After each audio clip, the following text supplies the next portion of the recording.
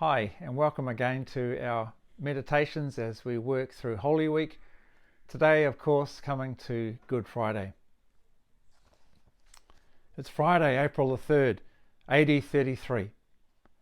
It's the darkest day in human history, though most humans have no clue of this. In Rome, Tiberius attends to the demanding business of the empire. Throughout the inhabited world, babies are born.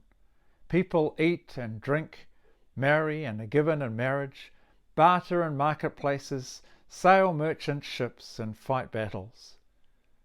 Children play, old women gossip, young men lust, and people die. But today, one death, one brutal, gruesome death, the worst and best of all human deaths, will leave upon the canvas of human history the darkest brushstroke. In Jerusalem, God the Son, the creator of all that is, will be executed. The Jewish day dawns with night, and never has it been more fitting since today the hour has come and the power of darkness. Jesus is in Gethsemane, where he's prayed with loud cries and tears, being heard by his Father, whose will be done. Jesus hears noises and looks up. Torches and hushed voices signal the arrest party's arrival. Jesus wakes his sleepy friends, who are jarred alert at the sight of their brother Judas betraying his rabbi with a kiss. Soldiers and servants encircle Jesus. Peter, flushed with anger, pulls out his sword and lunges at those nearest Jesus. Malchus flinches, but not enough. Blinding pain and blood surge where his ear had been. Voices speak, but Malchus only hears the screaming wound which he's grabbed with both hands. He feels a hand touch his hands, and the pain vanishes. Under his hands is an ear. Stunned, he looks at Jesus, already been led away. Disciples are scattering. Malchus looks down at his bloody hands. Jesus is led roughly into the house of Annas, a former high priest, who questions him about his teaching. Jesus knows this informal interrogation is meant to catch him disoriented and unguarded. He is neither, and gives this manipulative leader nothing. Rather, he refers Annas to his hearers and is struck with irony by a Jewish officer for showing disrespect. Frustrated, Annas sends Jesus on to his son-in-law Caiaphas, the current high priest. At Caiaphas' house, the trial gets underway quickly. Morning will come fast. The council needs a damning verdict by daybreak. The examination proceeds as bleary-eyed Sanhedrin members continue to file in. The trial has been assembled hastily, and witnesses haven't been screened well. Testimonies don't add up. Council members look disconcerted. Jesus is silent as a lamb. Irritated and impatient, Caiaphas cuts to the quick. "I adjure you by the living God, tell us if you are the Christ, the Son of God." The hour has come. Charged in the name of his Father to answer, Jesus speaks the words that seal the doom for which he has come to endure. "You have said so. But I tell you, from now on, you will see the Son of Man seated at the right hand of God and coming on the clouds in heaven." In a moment of politically religious theatre, Caiaphas tears his robes in feigned outrage and thinly concealed relief over Jesus' blasphemy. He declares the trial's end. With what further testimony do we need? We have heard it ourselves from his own lips. As the sun breaks over Jerusalem's eastern ridge, Judas swings from his own belt. Peter writhes in the grief of his failure, and Jesus' face is streaked with dry blood and saliva from the pre-dawn sport of the temple police. The council's verdict: guilty of blasphemy. Their sentence: death. But it's a sentence they cannot carry out. Rome refuses to delegate capital punishment. Pilate's mood, already sour over the Sanhedrin's sudden insistent intrusion so early in the morning, worsens as he grasps the situation. They want him to execute a Galilean prophet. His seasoned instincts tell him something isn't right. He questions Jesus and then tells the council, "I find no guilt in this man."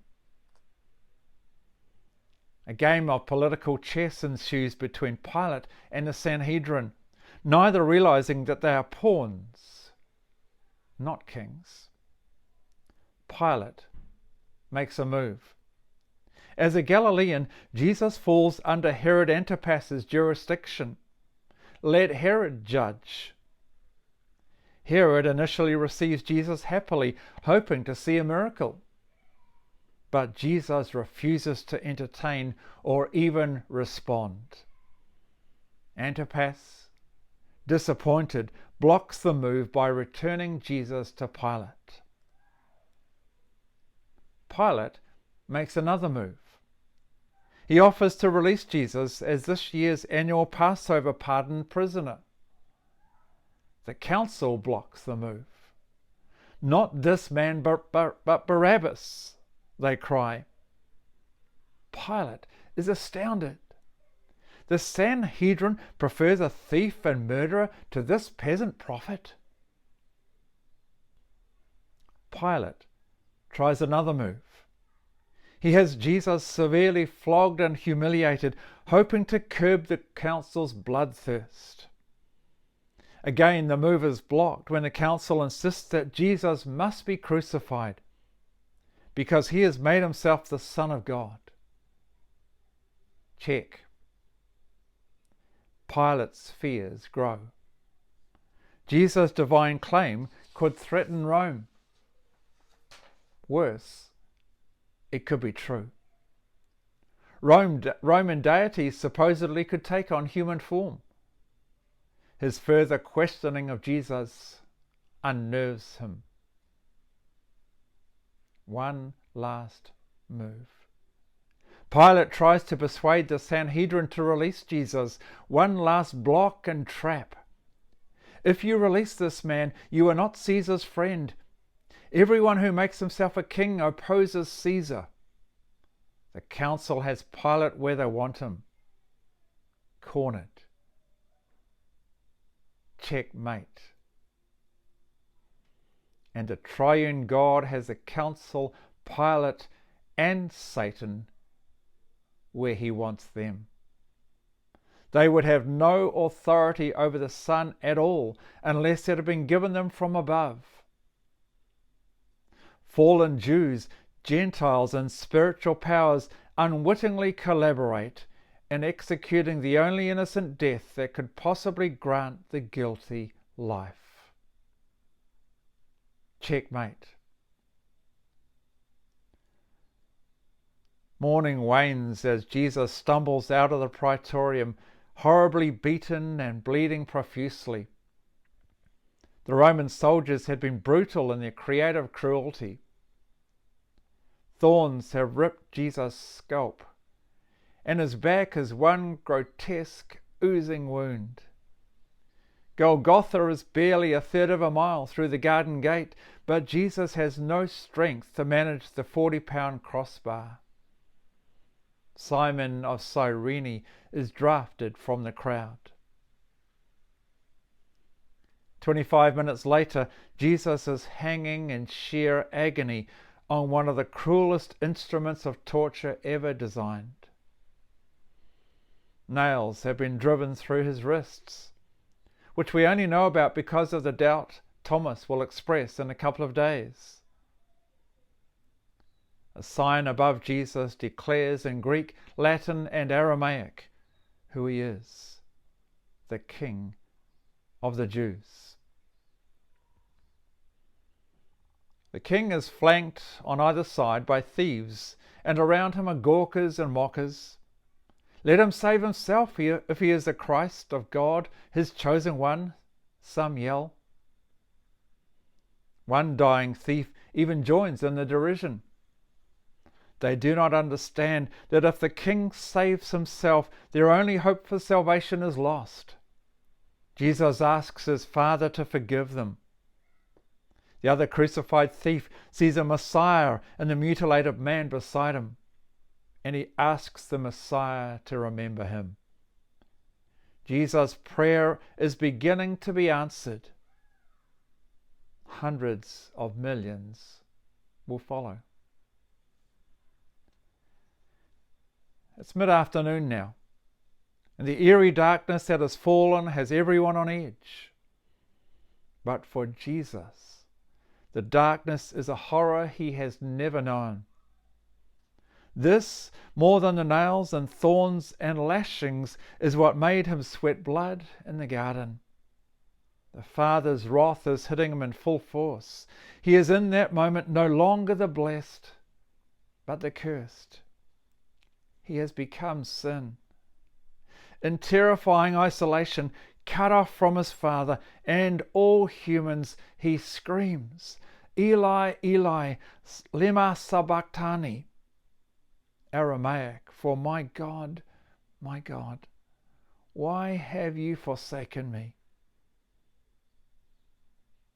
No greater love, humility, or obedience has ever or will ever be displayed.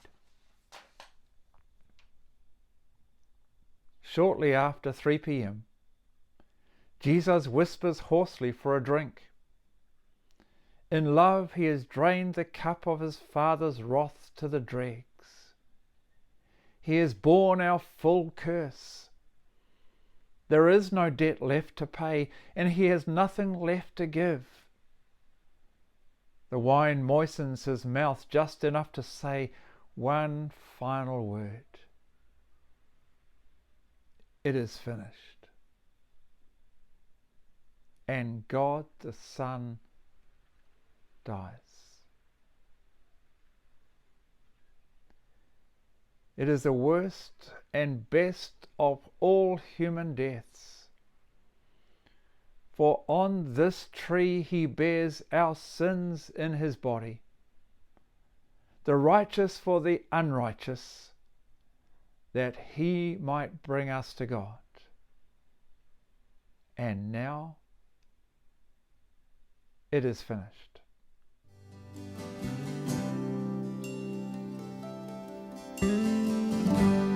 When I survey the wondrous cross on which the praise of glory died, my riches gain, I count but loss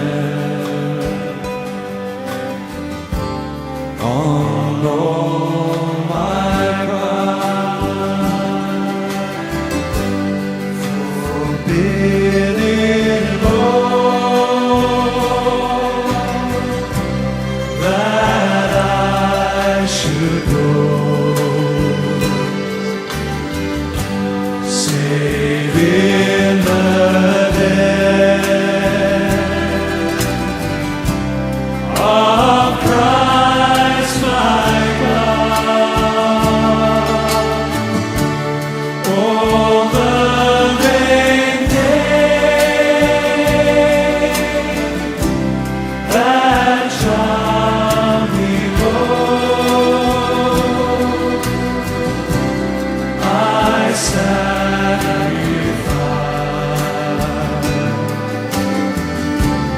then to His blood, see from